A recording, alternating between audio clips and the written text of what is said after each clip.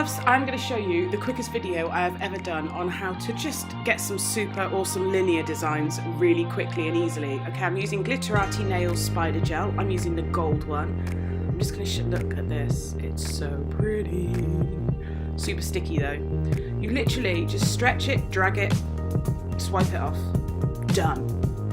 Okay, so you take your lovely matte nail or whatever, because I love the multiple visual effect of having matte and then sort of shimmery, and you just pull it, drag it. I can't draw straight lines.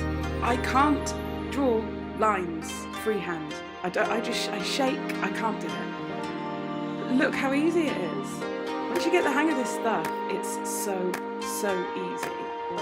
Just keep doing that. I'll stick some crystals on there from Smiley's Glitter Store, and we'll have a pretty beautiful little nail. That's all. Thanks for today. I'll see you soon. Bye.